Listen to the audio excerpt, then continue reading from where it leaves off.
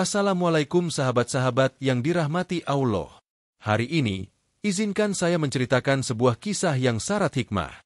Dulu, seorang pria yang hidup dalam kemiskinan dan terjebak dalam utang miliaran, mendadak berubah menjadi kaya setelah mengamalkan wirid rahasia.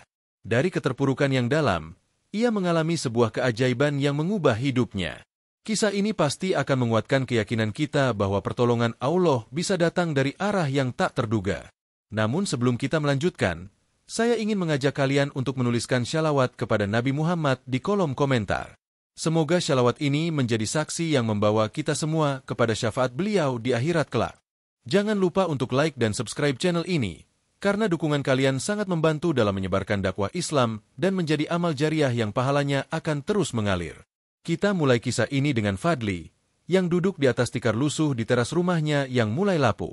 Cahaya yang redup dari dalam rumah kecilnya terpantul dalam matanya, sementara ia memegang secari kertas yang merupakan surat peringatan dari bank. Tangan Fadli bergetar saat membaca tulisan tersebut. Rumahnya terancam disita jika ia gagal melunasi utang yang telah menumpuk hingga miliaran rupiah. Setiap huruf dalam surat itu terasa tajam, seperti pisau yang menggores hati dan pikirannya. Dengan napas panjang, ia mencoba menahan rasa sesak yang semakin menghimpit dada. Dari dalam rumah, terdengar tangis lirih anaknya yang kelaparan. Fadli memejamkan mata, merasakan betapa hancurnya hati seorang suami dan ayah. Ia ingin masuk dan memeluk keluarganya, tetapi rasa malu mengalahkan keinginannya. Istrinya, Siti, muncul dengan langkah pelan, terlihat letih dan matanya bengkak karena sering menangis. Ia membawa secangkir teh panas dan menawarkannya kepada Fadli. "Kita harus bagaimana?" Suaranya bergetar, hampir tak terdengar. Fadli terdiam, hanya merasakan kehampaan yang menggerogoti hidupnya. Dulu, ia adalah seorang pengusaha sukses di bidang perdagangan bahan bangunan, namun segala sesuatu berubah dengan cepat. Utang menumpuk dan ia tidak memiliki siapapun untuk membantunya. Ia menggenggam surat itu erat, meremasnya hingga lecek. "Aku sudah mencoba segalanya, Siti, tapi semua jalan terasa buntu," ungkapnya dengan nada penuh keputusasaan.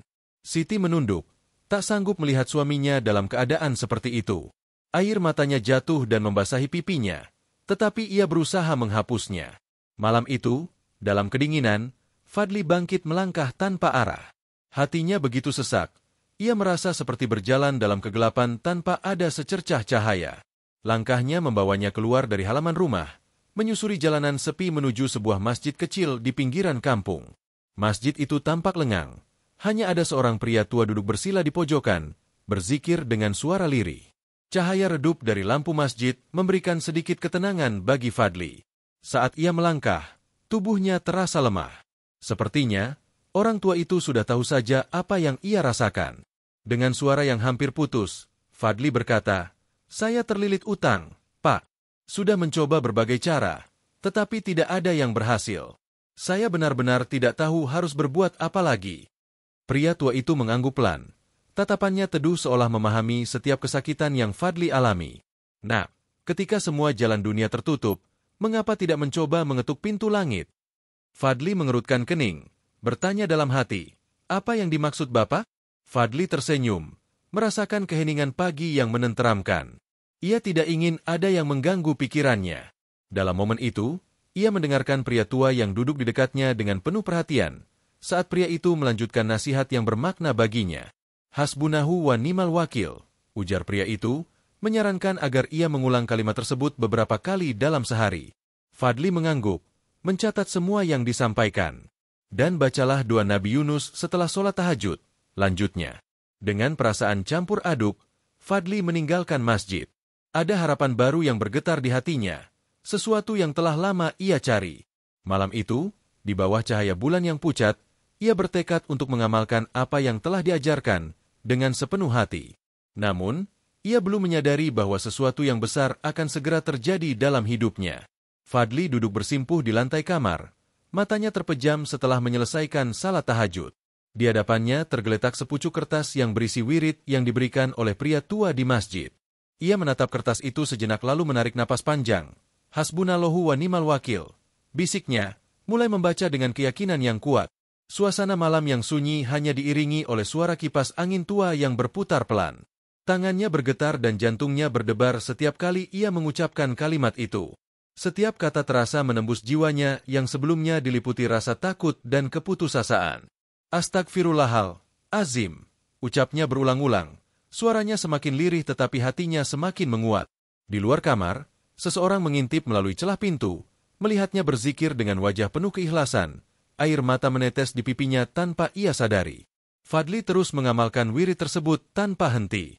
Setelah selesai satu rangkaian, ia menutup mata dan memohon kepada Allah, tunjukkanlah jalan MU. Pagi menjelang, dan saat Fadli bangkit dari sajadah, ia merasakan beban di pundaknya pelan-pelan terangkat. Ketika ia keluar, Siti sudah menunggu dengan secangkir teh hangat. Tadi malam, aku melihatmu berzikir lama sekali, ucap Siti dengan lembut. Fadli tersenyum tipis. Aku hanya mencoba apa yang diajarkan orang tua di masjid. Siti menggenggam tangannya erat.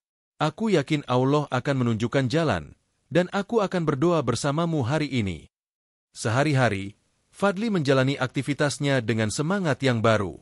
Meskipun ia masih belum memiliki pekerjaan dan terpuruk dalam utang yang terus mengejarnya, semangatnya mulai kembali. Ia pergi ke pasar untuk menawarkan jasa sebagai kuli angkut. Meski upahnya kecil, ia menerimanya dengan lapang dada. Di sela-sela pekerjaannya, bibirnya tak henti berzikir, mengingat pesan pria tua itu bahwa pertolongan bisa datang dari arah yang tak terduga. Siang itu, saat ia duduk di bawah pohon untuk beristirahat, sebuah mobil mewah berhenti di dekatnya. Seorang pria berjas rapi turun, wajahnya tampak tidak asing bagi Fadli, tetapi ia tak langsung ingat siapa. "Apakah kamu Fadli?" tanya pria itu ragu. Fadli menatapnya dengan dahi berkerut. "Iya, saya Fadli."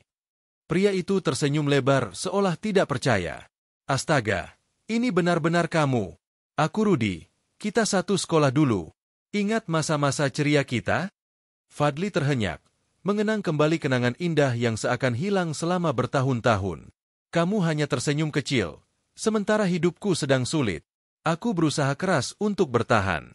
Sejenak, aku teringat kata-kata Rudi, "Ikutlah aku, kita bisa bersama-sama." Kami menuju Fadli untuk berbicara tentang usaha masing-masing. Saat itu, aku tengah menjalankan usaha kuliner. "Apakah aku bisa membantumu?" tanyaku, mencoba memahami niat Fadli. "Ya," jawab Rudi, "aku hanya butuh kepercayaanmu untuk menjalankan cabang ini. Jika berhasil, kita bisa berbagi hasil." Semangat baru kembali muncul dalam diriku. Akhirnya, aku diberi kepercayaan untuk mengelola cabang usaha kuliner yang ditawarkan Rudi. Dia mengatur segalanya dengan disiplin dan memastikan pelayanan terbaik. Dalam waktu sebulan, cabang itu mulai berkembang dan pelanggan terus berdatangan. Pendapatan meningkat drastis. Namun, tantangan belum berakhir. Suatu hari, seorang pria datang dengan wajah muram dan menanyakan, "Kau Fadli?" Dengan nada tajam, Fadli mengangguk. "Ada yang bisa saya bantu?" Pria itu mengeluarkan selembar kertas dan menyerahkannya pada Fadli. "Ini surat penagihan utang. Kau pikir bisa lari dari hutangmu?" Jantung Fadli berdegup kencang. Dia mengenali pria itu sebagai salah satu rentenir yang memberinya pinjaman besar saat bisnisnya terpuruk. "Aku tidak lari," kata Fadli dengan suara tenang. "Aku sedang berusaha melunasi semua ini." Pria itu tertawa sinis. "Kau pikir bisa membayar miliaran rupiah dengan usaha kecil seperti ini? Aku beri kau waktu 2 bulan. Jika tidak, kau tahu akibatnya." Fadli mengangguk. Meski di dalam hati ia tahu itu mustahil. Dia tak mungkin mendapatkan uang sebanyak itu dalam waktu singkat. Malam itu, Fadli berdoa di atas sajadahnya. "Ya Allah, aku tahu ini ujian. Aku tidak akan menyerah." Di tengah kesulitan itu, ia terus berjuang untuk memperbaiki bisnisnya, memperkenalkan menu baru, melakukan promosi, dan memperbaiki manajemen. Dalam waktu beberapa minggu, pendapatan cabangnya naik 2 kali lipat, namun uang itu masih jauh dari cukup untuk melunasi utangnya. Tiba-tiba, Rudi datang dengan berita mengejutkan. "Ada investor besar yang tertarik dengan usahamu, Fadli," katanya. Fadli menatapnya terkejut. "Investor? Siapa dia?" "Iya. Dia tertarik untuk membeli beberapa cabang baru. Jika ini berhasil, kamu bisa mendapatkan bagian yang cukup besar," jawab Rudi. Fadli merasakan dadanya berdegup lebih kencang. Mungkin ini satu-satunya kesempatan untuk menyelamatkan diri dari jeratan utang. Namun, ia belum tahu bahwa ujian sebenarnya masih belum berakhir. Fadli duduk di depan meja kayu di kantor kecilnya.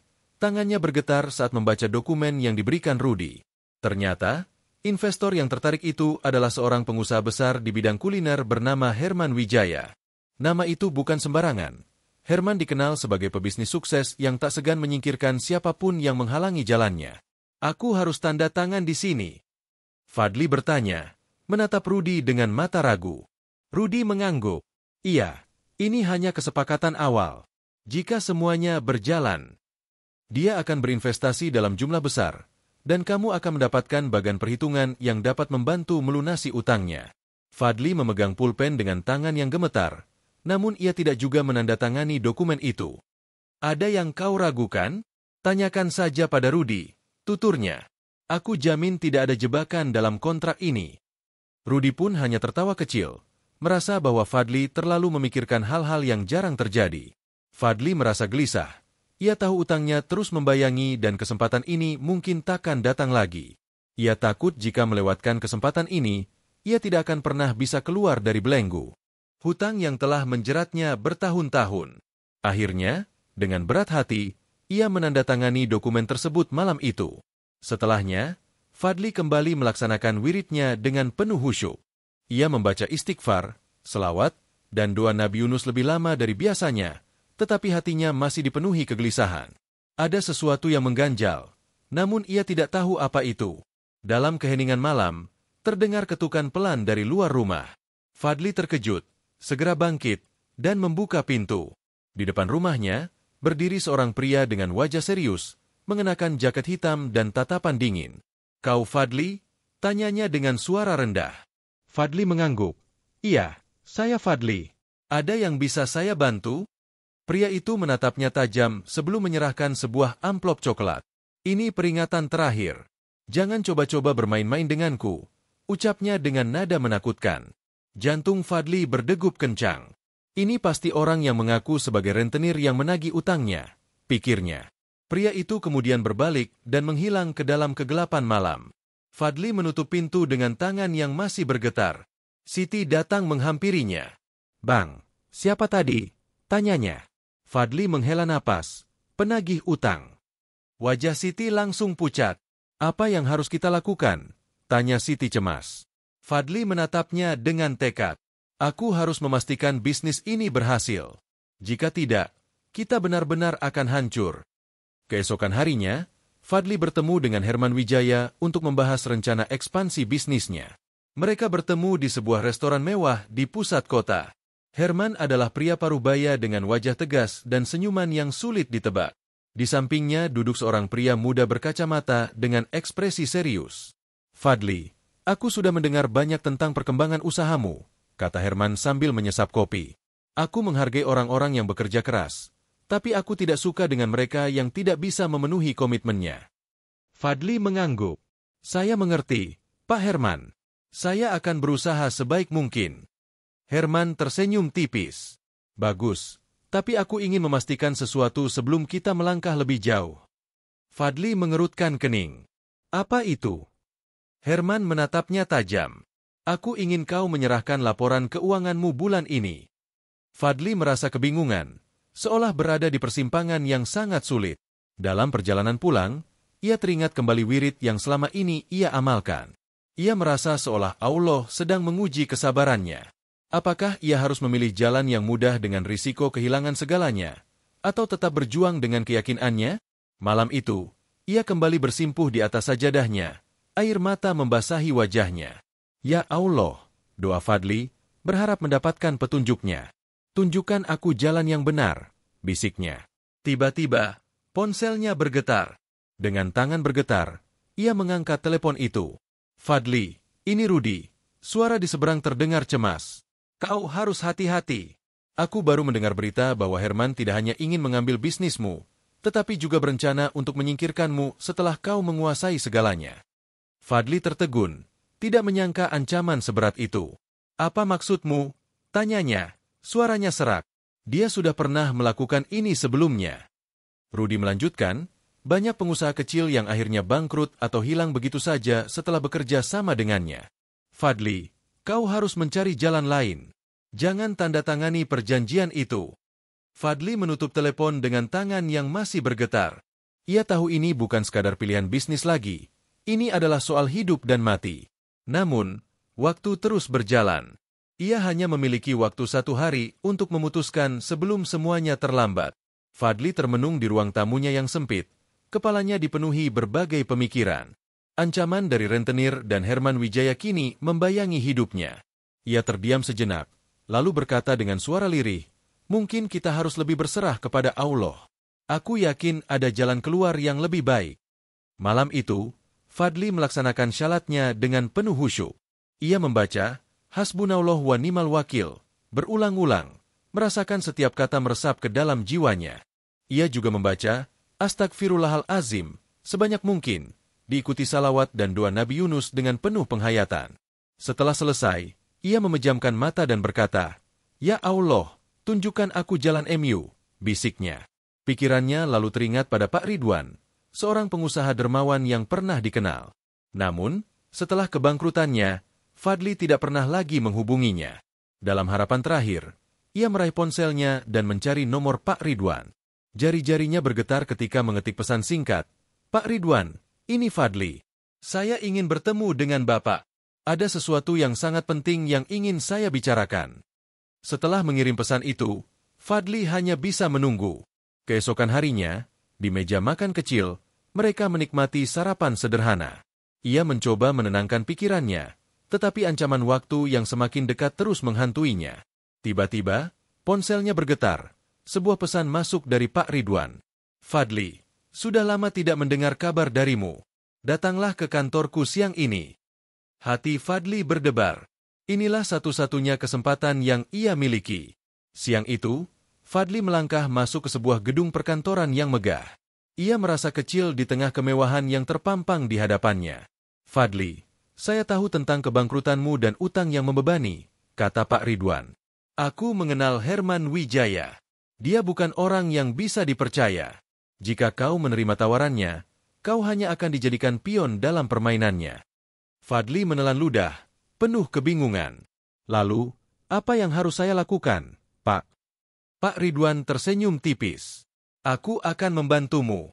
Aku akan melunasi utangmu dan memberimu modal tambahan. Tapi dengan satu syarat." Fadli menegakkan tubuhnya, penuh harapan. "Syarat apa itu, Pak?" tanyanya. Tentu, berikut adalah versi yang lebih halus dari teks tersebut. "Sungguh, aku sangat terinspirasi oleh semangatmu. Aku hanya ingin melihat orang-orang yang memiliki semangat seperti dirimu." Dengan dukungan Pak Ridwan, Faal berhasil bangkit kembali setelah menghadapi utang-utangnya yang dikejar oleh rentenir. Akhirnya, mereka mundur setelah Puh bersikap tegas. Namun, masalah dengan Herman Wijaya harus diselesaikan pada malam itu. Dalam bingung, Faal menatap layarnya dengan perasaan tak menentu. Dia tahu masalah ini harus berakhir, tetapi kali ini tidak akan mudah. Dengan kerja keras dan bantuan dari Allah, harapannya semakin terbuka. Di tengah harinya yang penuh tantangan, dia berdoa di atas sajadah, menyerahkan segala urusannya kepada Sang Pencipta.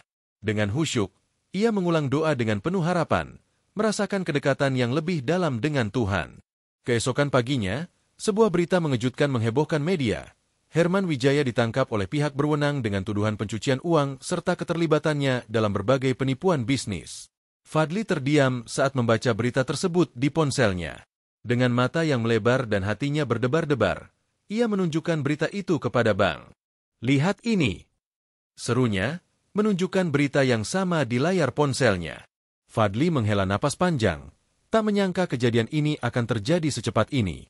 Teleponnya tiba-tiba berdering. Itu Pak Ridwan. "Saya sudah mendengar berita itu, Pak," jawab Fadli dengan tegas. "Kau harus ingat, Fadli," ucap Pak Ridwan dengan nada serius.